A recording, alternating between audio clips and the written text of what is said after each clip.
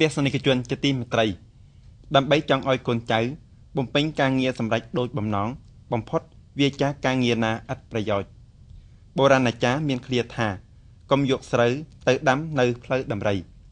សុភាសិតបុរាណនេះបានប្រដេជប្រគុណគីមជុំគង់នៅវត្តកំពង់ដូងឃុំហ៊ីវទៅខេត្តត្រវិញអធិប្បាយសូមអញ្ជើញទស្សនិកជនតាមដានដូចតទៅនៅក្នុងឱកាសពេលនេះខ្ញុំរកណាអាត្មាភាពនឹងលើកយកនៅសុភាសិតបុរាណមួយកន្លែងថាកុំយកស្រូវទៅដាំនៅផ្លូវដំរីដំរីនឹងជាសត្វមួយប្រភេទដ៏ធំដែលរស់នៅភាគច្រើននៅក្នុងព្រៃព្រឹក្សាហើយបើកាលណានៅក្នុងព្រៃហ្នឹងគឺថាវាតែងតែរកចំណីអាហារហើយបើកាលណាវាធ្វើដំណើររកចំណីអាហារហ្នឹងវាតែងតែជ្រើសរកផ្លូវមួយសម្រាប់ធ្វើដំណើរទៅវិញទៅមកហើយបើកាលណាវាជ្រើសបានផ្លូវហើយហ្នឹងគឺថាដំរីហ្នឹងគឺថាធ្វើដំណើរទៅក្តីមកក៏ដោយគឺថាផ្លូវតែមួយហ្នឹងហើយហ្នឹងបើកាលណាដំរីទៅចុះឡើងនៅផ្លូវតែមួយយ៉ាងហ្នឹងហើយយើងណាត់ធ្វើស្រែឬក៏ថាដាំដោះអីផ្សេងពុំគួរយក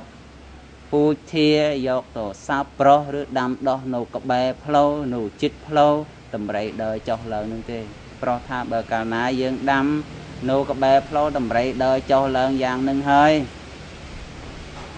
ដំរីនឹងមិនលែងទេនឹងបំផ្លាញនៅ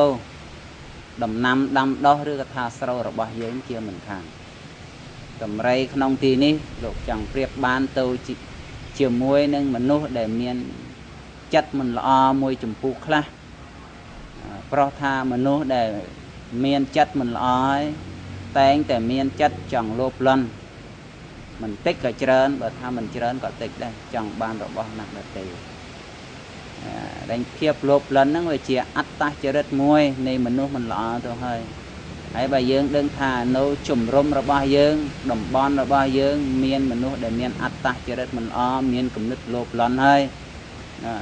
ចង់បានចង់មានខុសរបៀបហើយនៅតែយើង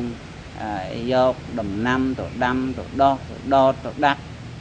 នៅក្បែរហើយយើងខ្វះការថែរក្សាហ្នឹងខ្វះការរវាំងខ្វះការត្រួតពិនិត្យ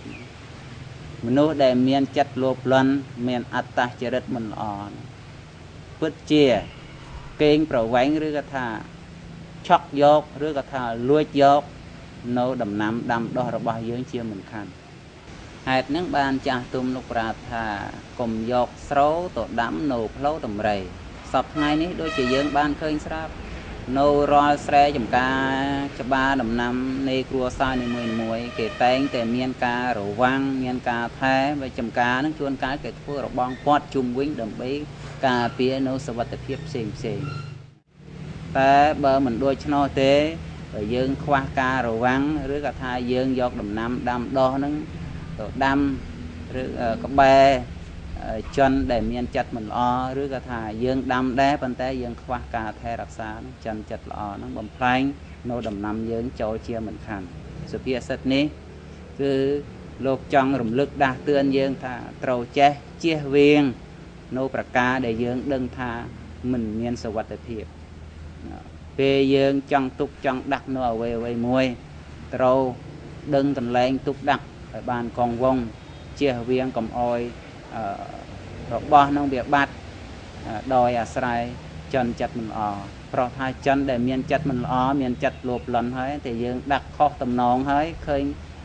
ឱកាសលហហើយនឹងអាចឆ្លៀតយកនៅទ្រព្យសម្បត្តិរបស់យើងនេះជាសំខាន់ហេតុហ្នឹងគឺចាស់ទុំក៏ចង់ព្រានបដៅយើងឲ្យមិននឹងធ្វើអ្វីត្រូវពិចារណាឲ្យបានអត់ដន់ដើម្បីជៀសវាងនៅភាពអន្តរាយកើតឡើងដោយសារបុគ្គលដែលមានចិត្តមិនល្អការអត្ថាធិប្បាយនៅសុភាសិតថាកុំយកស្រូវទៅដាំនៅជិតផ្លូវដំរីមកប៉ុណ្ណេះអសិនមត់ថាបញ្ចប់សូមអរគុណនិងអរគុណ